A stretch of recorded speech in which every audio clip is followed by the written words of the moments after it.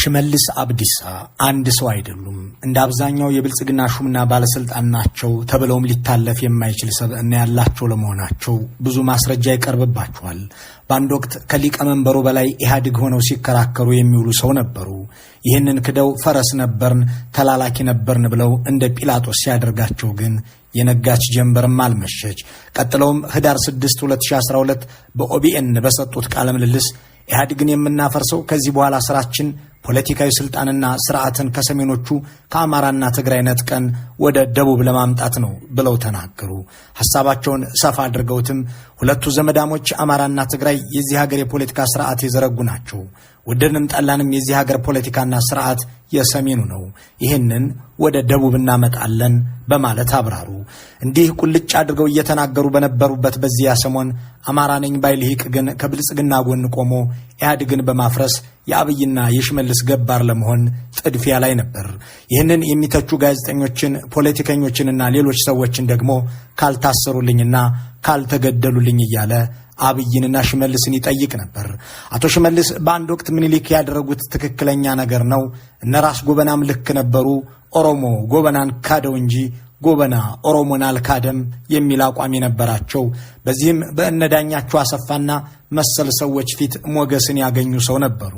ዛሬ ግን ነፍጠኛ የምትል ቃል ከንግግራቸው የማትጠፋ ሰባበርናቸው በሚለው መፈክራቸውም ዝናቸው የናኘ ሆኗል። በአንድ ወቅት ብልጽግናን የፈጠርነው ኢትዮጵያን ለመግዛት ነው፣ አዴፓና ደኢህዴንን የሚያፈረስናቸው ለዚህ እንዲመቸም ብለን ነው ብለው በዝግ ስብሰባ ላይ ያወሩት ወጣባቸው። ጨምበላላ በዓል ላይ ሄደው ደግሞ እሳቸው እንደ ምክትል ጠቅላይ ሚኒስትር በሚመሯት ሀገር ላይ የተቀመጠውን ብልጽግና የእኩልነት ኃይል ነው አሉት። ስልጣናቸውን የሚያሳጣ ጦርነት ደብረ ብርሃን ሲደርስ ደግሞ በቀኝ እጃቸው ማይክራፎን በግራ እጃቸው የኢትዮጵያን ሰንደቅ ዓላማ ይዘው መስቀል አደባባይ ተከሰቱ።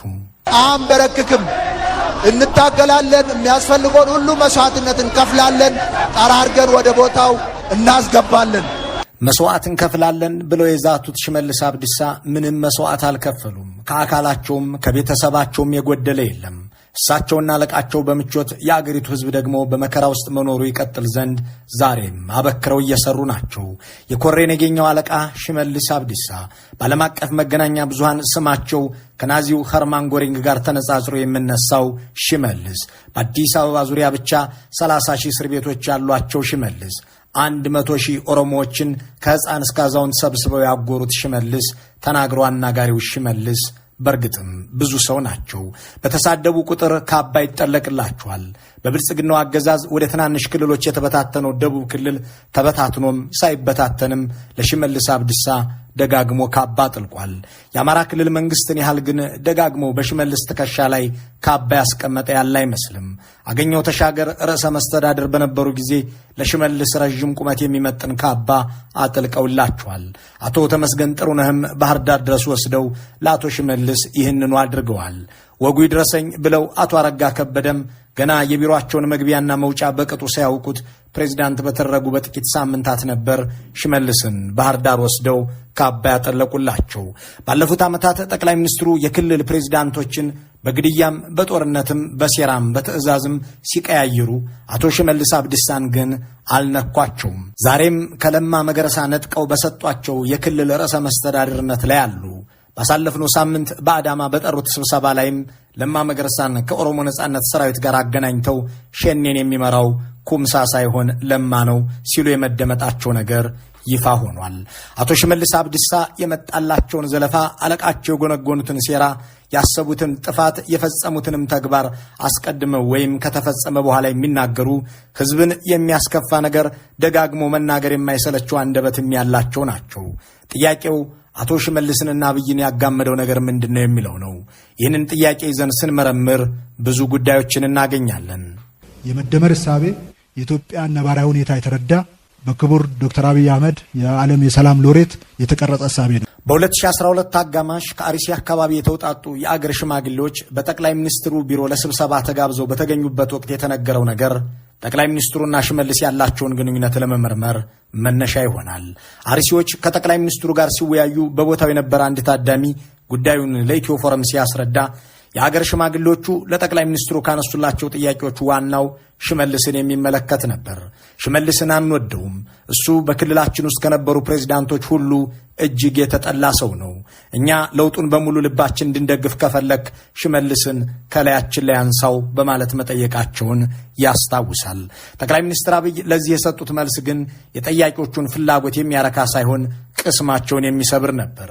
ሽመልስን አላነሳውም፣ አባቶቼ ይቅርታ አድርጉልኝ፣ እሱን ከርዕሰ መስተዳድርነት ማንሳት ብዙ ነገር ያሳጣናል፣ ኦሮሞ ብዙ ነገር ያጣል። ሽመልስን 10 ዓመት ሙሉ ደክሜበት ነው ዛሬ ለዚህ ደረጃ ያበቃሁት፣ ብዙ ኢንቨስት ያደረግኩበት ሰው ነው የሚል ነበር የጠቅላይ ሚኒስትር አብይ ምላሽ። በእርግጥ ይህንን ነገር መልኩን እየቀያየሩ በተለያዩ ወቅቶች ለተለያዩ ሰዎች ተናግረውታል። በ2011 ለማ መገርሳ ተጥለው አቶ ሽመልስ የኦሮሚያ ክልል ርዕሰ መስተዳድር ተደርገው ሲነሱ ሰዎች ሽመልስ አቅሙም ልምዱም እንደሌለው እያወቅህ እንዴት ትሾመዋለህ ብለው ጠቅላይ ሚኒስትሩን ጠይቀዋቸው ነበር። የሰጧቸው ምላሽ ላሪሲዎቹ ሽማግሌዎች ከተናገሩት እምብዛም የተለየ አይደለም።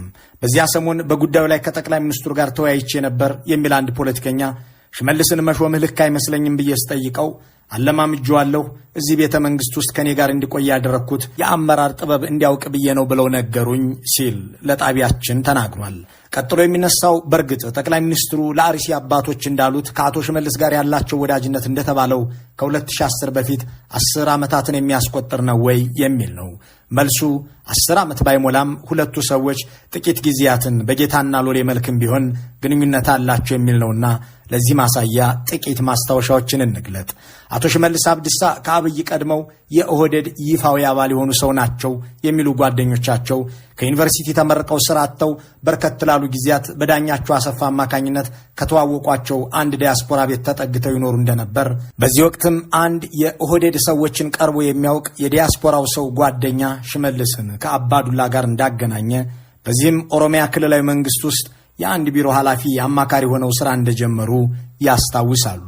ይህ ወቅት ደግሞ አብይ ከኢንሳ ተባረው በአቶ አባዱላና አካባቢያቸው የሚያንዣብቡበት ወቅት እንደነበርም ይናገራሉ።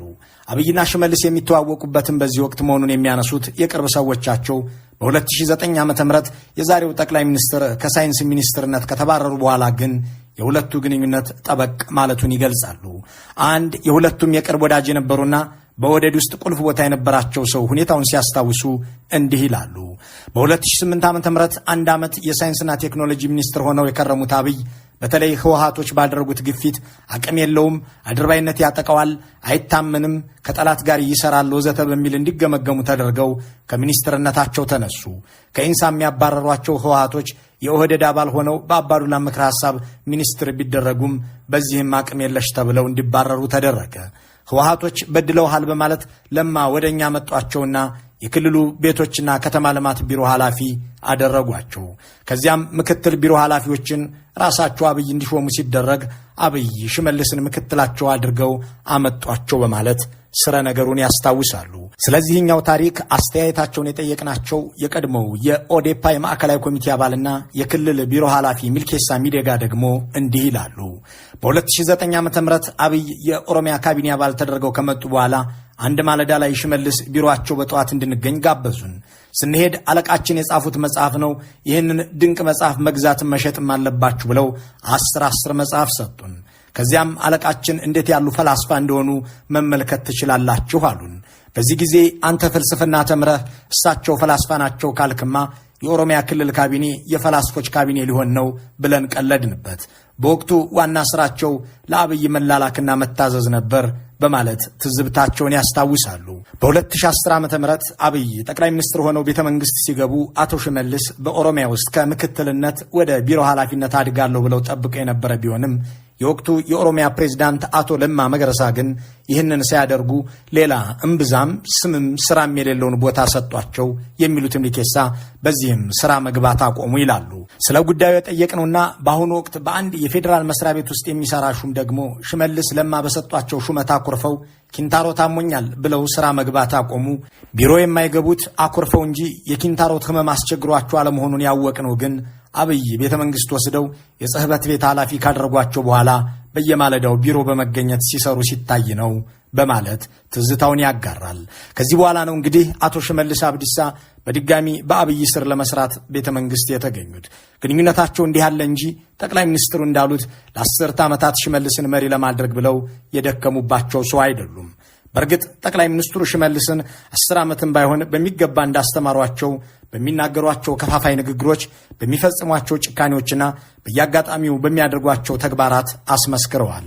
በዚህ ሐሳብ የሚስማማ እንዳስተያየት ሰጪ ባጭሩ ሽመልስ ረዘም ጤም ያሉ አብይ ናቸው በማለት አንድ አይነትነታቸውን ይገልጻል። ጥላ እያንዣበበ ከሚውልባቸው አያሌ ወገኖችንም ካስቀረባቸው አገሪቱ አካባቢዎች አንዱ ኦሮሚያ ነው። በዚህ ክልል ውስጥ ውስብስብ የመንግስት መግደያ መዋቅር እንዳለ ከዚህ በፊት ሲገለጽ ነበር። ኖርዌጂያኑ ፕሮፌሰር ተርጄ ኦስቴቦ ሰሞኑን ይፋ ባደረጉት 50 ገጽ የሚጠጋ የጥናት ሪፖርት ሽመልስ አብዲሳ የሚመሩት የኦሮሚያ ክልል ያሉትን የመግደያ መዋቅሮች አጋልጧል።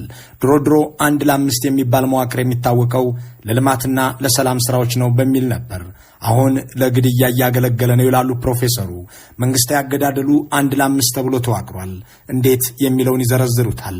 የዚህ መዋቅር መሪዎችና የግድያ ትዕዛዝ ሰጪዎችም እነማን ናቸው የሚለውን አስቀምጠውታል። በናዚ ስርዓት ውስጥ ከአዶልፍ ሂትለር ቀጥሎ ሁለተኛው ሰው ሄርማን ጎሪንግ የተባለ ጨካኝ ሰው ነበር።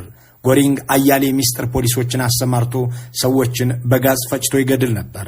አሰቃቂዎችን ሞቶችና አገዳደሎች ያሳየ ሁለተኛው ክፉ ሰው ነበር በናዚ ስርዓት ውስጥ። በብልጽግና አገዛዝ ውስጥ አብይን እንደ አዶልፍ ሂትለር ወስዶ መናገር በዚህ ዘመን እምብዛም የማያሻማና ግራ የማያጋባ ሆኗል። ምንም እንኳን አብይ የኦሮሞ